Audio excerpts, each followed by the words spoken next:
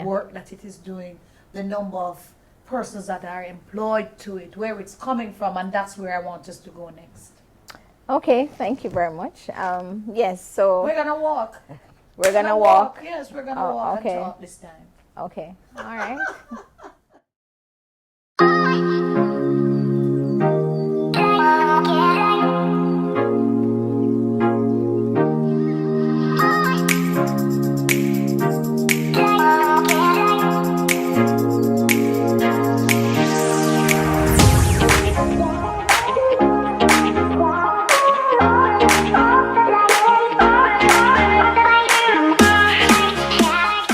It was almost 20 years ago when you joined the BPO sector. That's business process outsourcing, for those persons who might be watching, eh?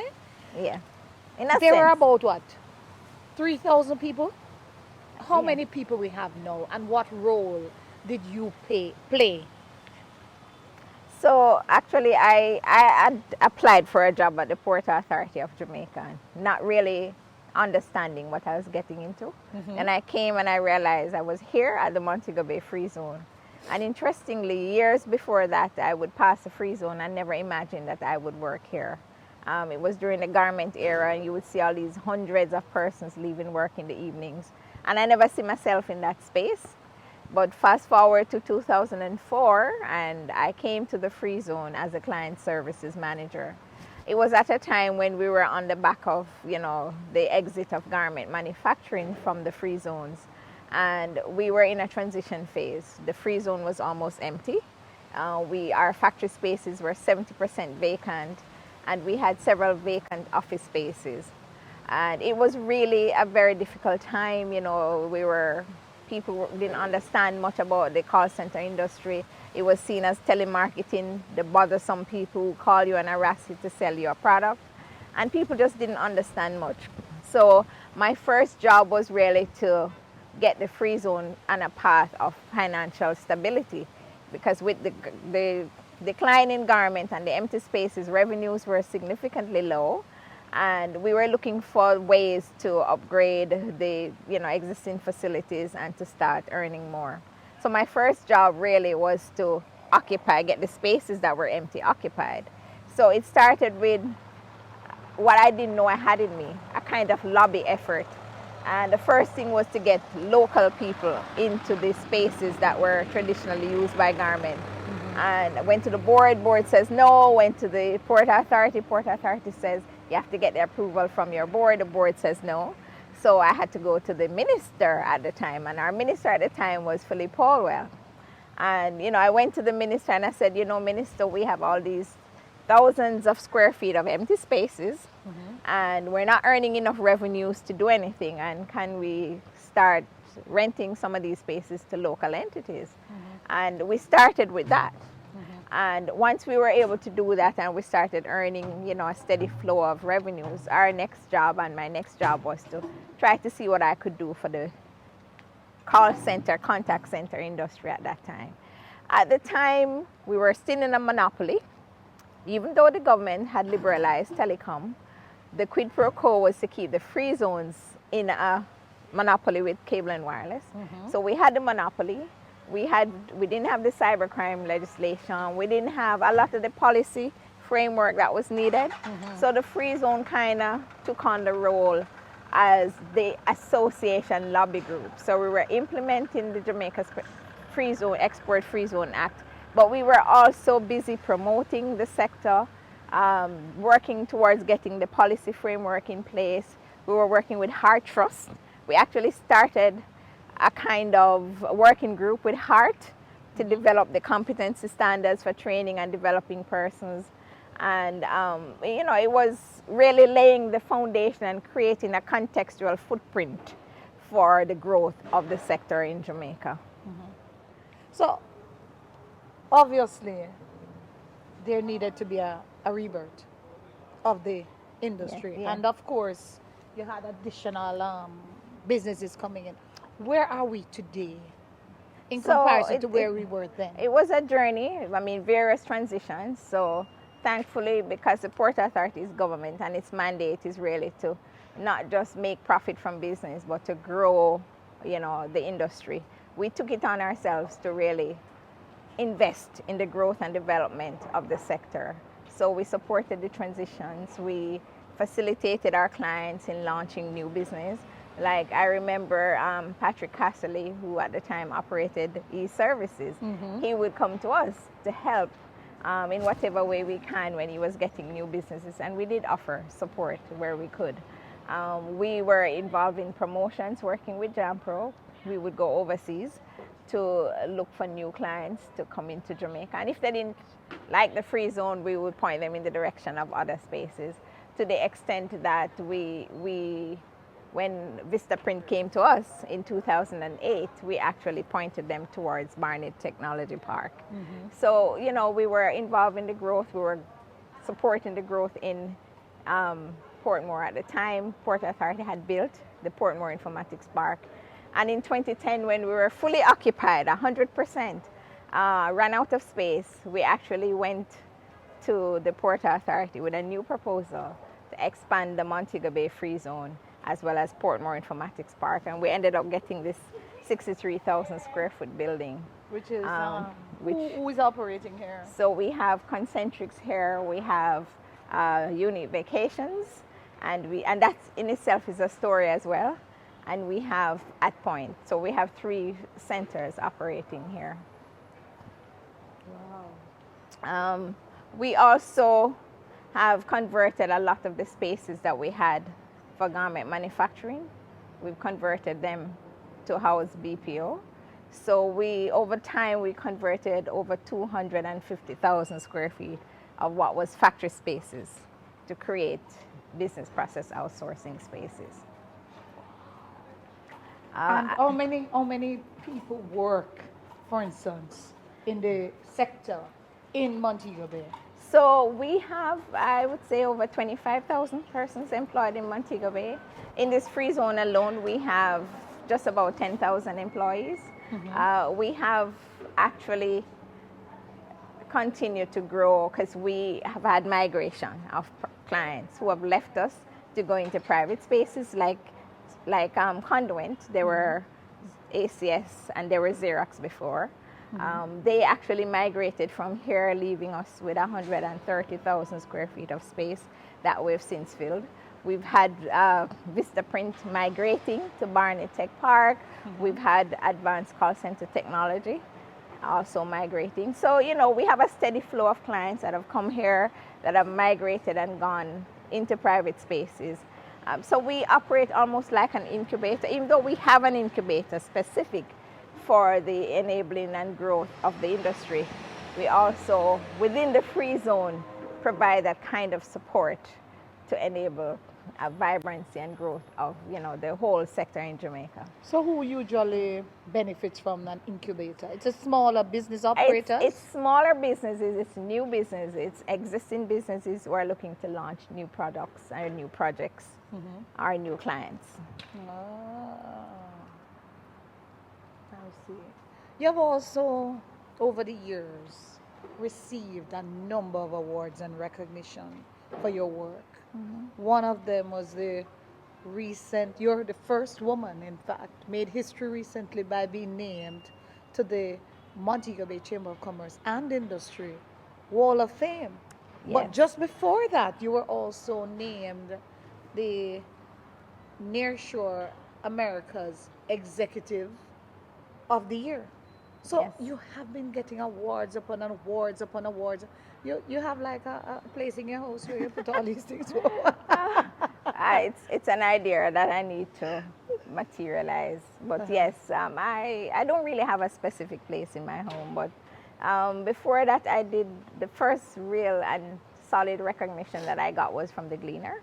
The Gleaner company. I got the Gleaner Honor Award in 2017, I think it was. Yes.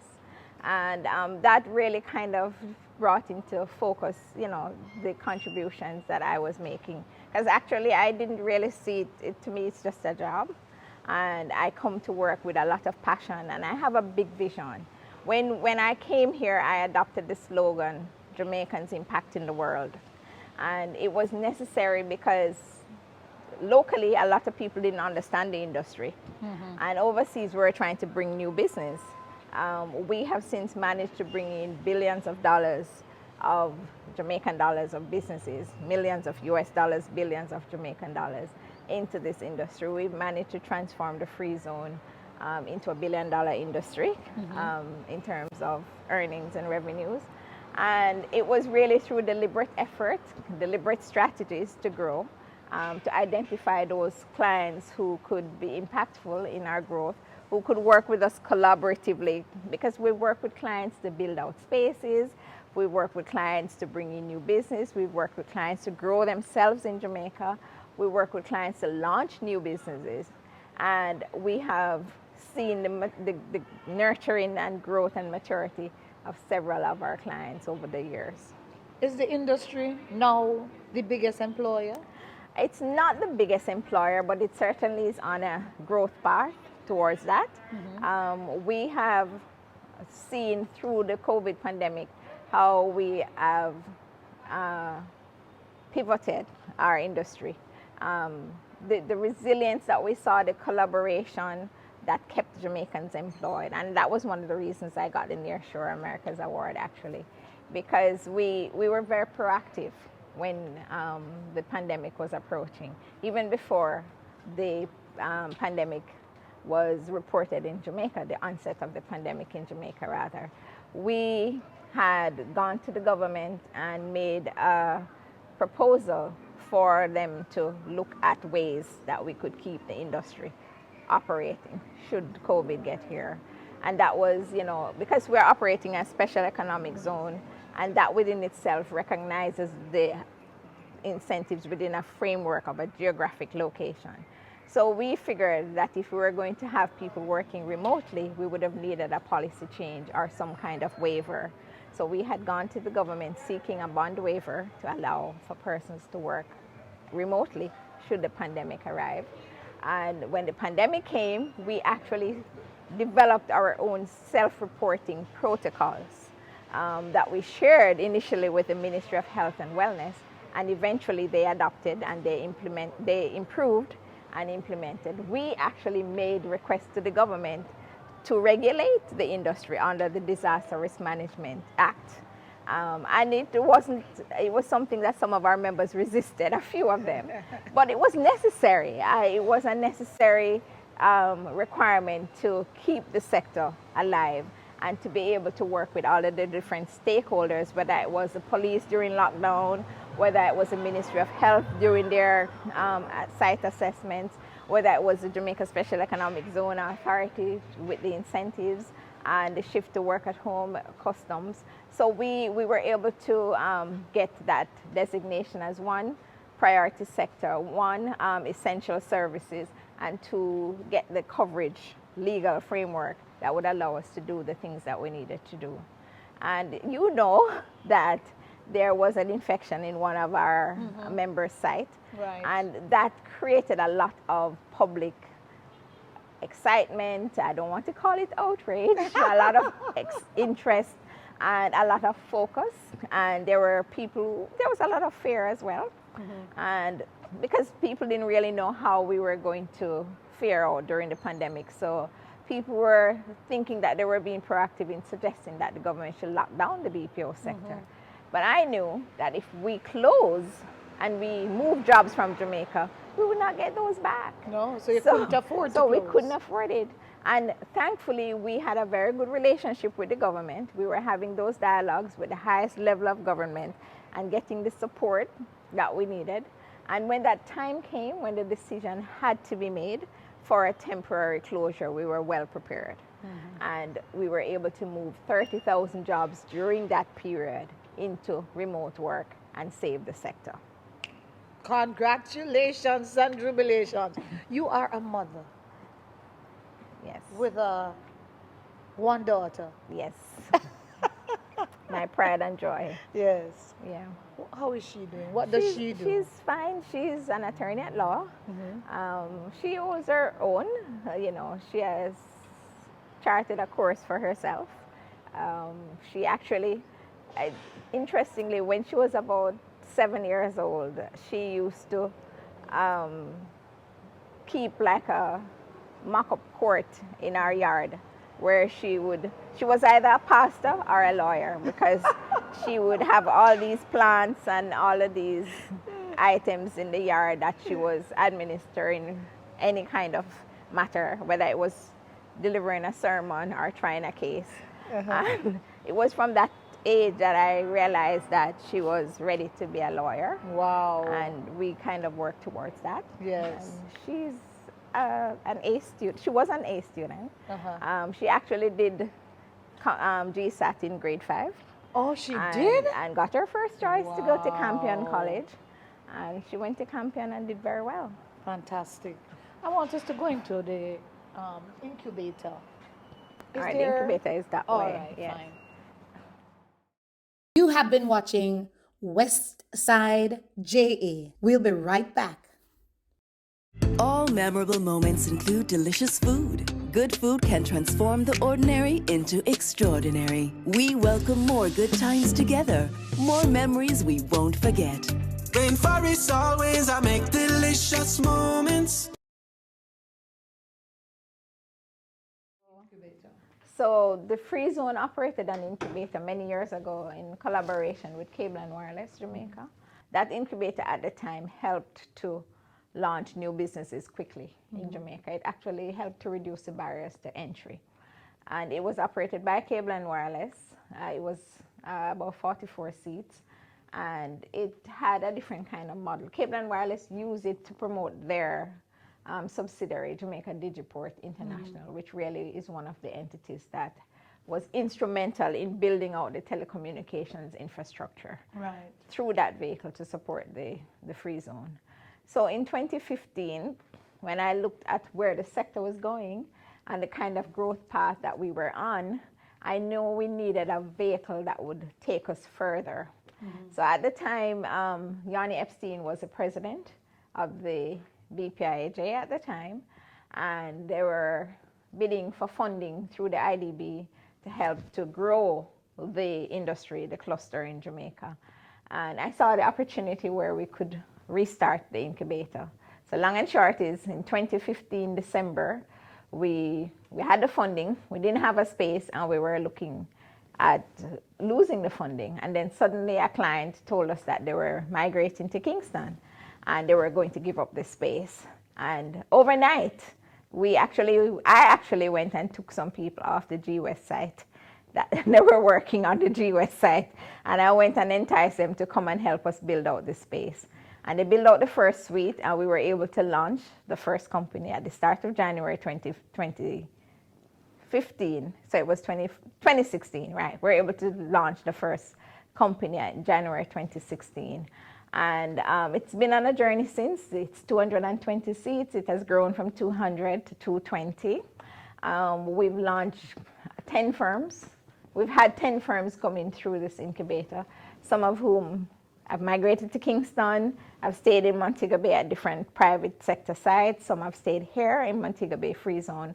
We have made transition into other segments of the sector, like the behavioral health science segments and the IT outsourcing segment. And we have grown the industry. We've been in the footprint of the growth of the industry since then. Right, so this is a plug and play facility where everything is provided, all inclusive provided. Cable and Wireless provide the telecoms and the call center hosting services. The BPIJ provides the furniture and the ancillary services, and the Montego Bay Free Zone supports the marketing and provides the space. So a new investor coming in can get started immediately. The BPIJ will provide the hand-holding. BPIJ are global services. I have to get used to the two names. The hand-holding services, the GSAJ, will help the new companies to get started, and right away will help them to get all the different incentives under the Jamaica Special Economic Zone Act, and also will support their transition into their own space. So you can operate here for 3 months or 15 months, depending on what your needs are, 3 to 15 months, and thereafter find your own space. We also have a second incubator in another building. So in total, we have over 350 seats in incubation in Montego Bay Free Zone. I've had one of the most enriching days interviewing anyone. I mean, I can't, I'm still in shock, or I should say, I'm still in awe at all that you have done at such a young age. Well, it's a glimpse, a partial glimpse into my life. It is. It is. There are many other areas to me, but yes, this is one of them. And it's one of them that I am very proud of. We're impacting lives here. I remember during the pandemic when persons were calling for the sector to be locked down, and people were finding my number and calling and saying, "Miss, make sure you keep it open because we're the breadwinner now in our family. Mother lose her job at a hotel, father used to drive Ruta or something like that." So this really has been a very exciting journey for me. I always tell people that I came here to spend a few years, and I have been here for almost 2 decades.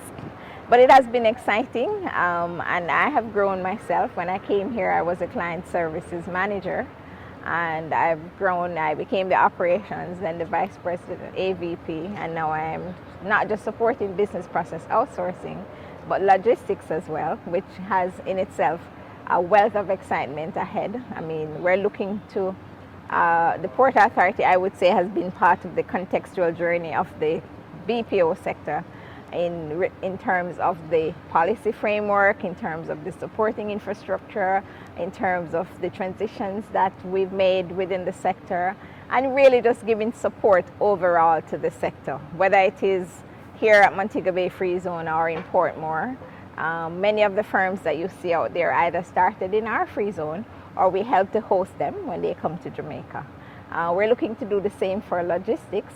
We are working on developing a framework that will help Jamaica to fully establish a logistics sector rather, and to become that fourth node in the global logistics hub.